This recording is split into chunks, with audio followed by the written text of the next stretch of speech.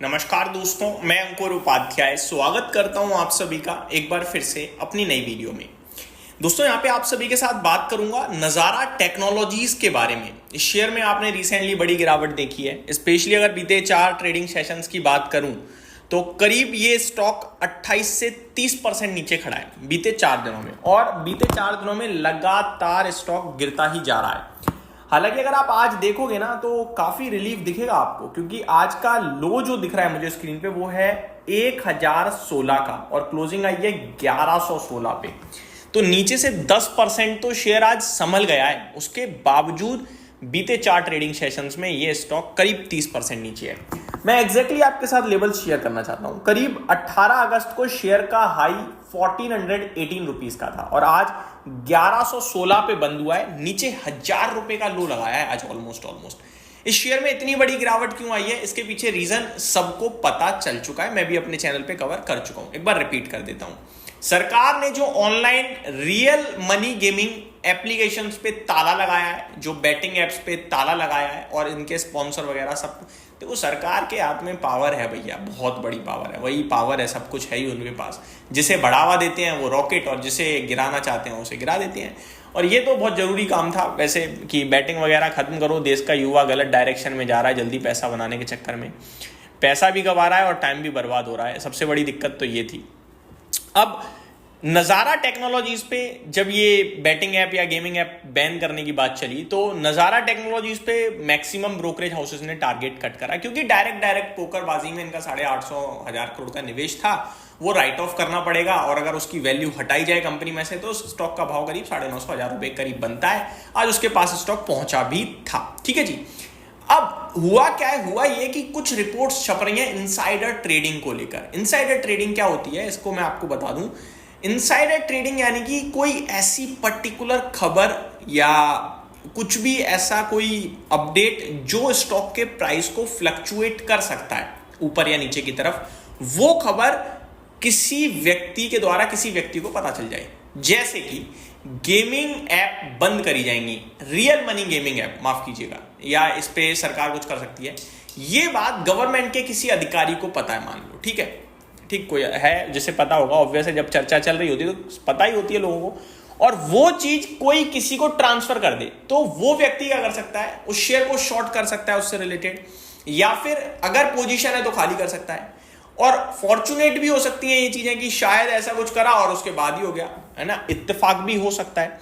तो यहां काफी रिपोर्ट ये छप रही है कि नज़ारा टेक्नोलॉजीज में लेट श्री राकेश झुंझुनवाला जी की वाइफ जो है रेखा झुंझुनवाला जी, उन्होंने जून क्वार्टर तक अपना पूरा स्टेक ही खाली कर दिया था। और छोटा मोटा स्टेक नहीं था भाई साहब, बड़ा स्टेक था।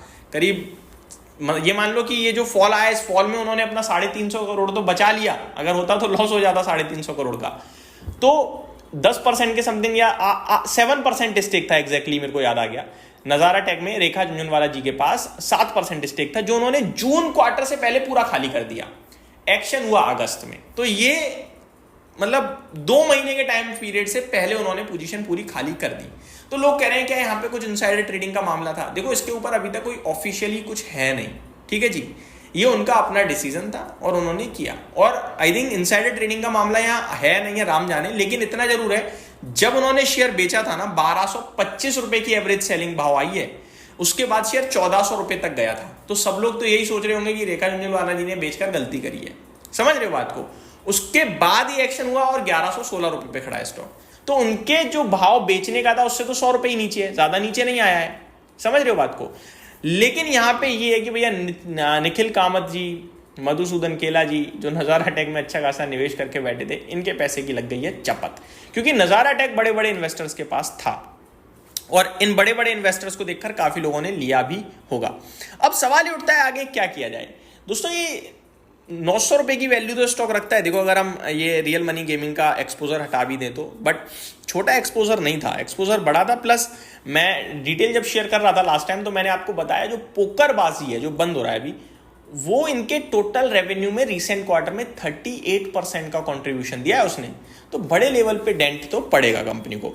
आज भी मैं अगर देखूं तो ये जो क्वार्टर चल रहा है, जब Q2 हो जाएगा ना, खत्म हो जाएगा ये करंट क्वार्टर, जब आपके लिए सितंबर महीना जब होगा एंड, तो अक्टूबर में हमारे पास जब फ्रेश डेटा आएगा ना शेयर होल्डिंग का, वहां पता चलेगा कि कौन कौन निकल गया इस करंट सिचुएशन में। फिर हम डिसीजन ले पाएंगे कि भैया बड़े बड़े लोग जा चुके हैं या अभी भी रुके हुए हैं। अगर रुके हुए हैं तो वापस से कंपनी ग्रो करनी चाहिए किसी तरीके से, और करेगी भी, ऐसा तो नहीं है कि कंपनी बंद हो जाएगी। अगर यहाँ देखूं मैं तो अभी भी बड़े FIIs के नाम सामने दिख सकते हैं आप सभी को, बट DIIs की बात करूं तो यहाँ पे मैं आपके साथ कुछ SBI म्यूचुअल फंड के पास अच्छा खासा स्टेक है 7% के करीब का, हालांकि वही नाम दिख पा रहा है मुझे। पब्लिक कैटेगरी में अर्पित खंडेलवाल जी के पास 7.5% के करीब है। रेखा झुंझुनवाला जी के पास 8% था, वो अपना 3 क्वार्टर पहले पूरा खाली कर चुकी हैं।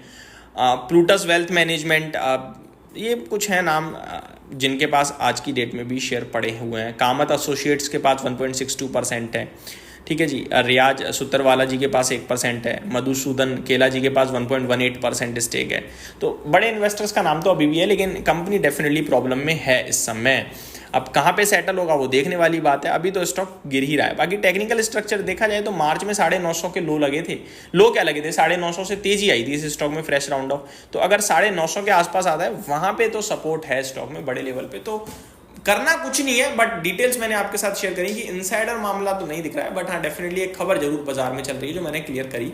अगर इनसाइडर ट्रेडिंग तो तब होती है जब वो 4 दिन पहले बेचती हैं और अभी प्रॉब्लम हो जाती है, तो 2 क्वार्टर पहले खाली कर चुकी हैं पोजीशन अपनी। तो मेरे को नहीं लगता ऐसा कुछ होगा, और होगा भी तो इसमें कुछ गलत नहीं है। अगर बेच दिया तो यार बेच दिया, बट डेफिनेटली बड़े निवेशक कहीं ना कहीं निकल जाते हैं, छोटा निवेशक फंसा रहता है।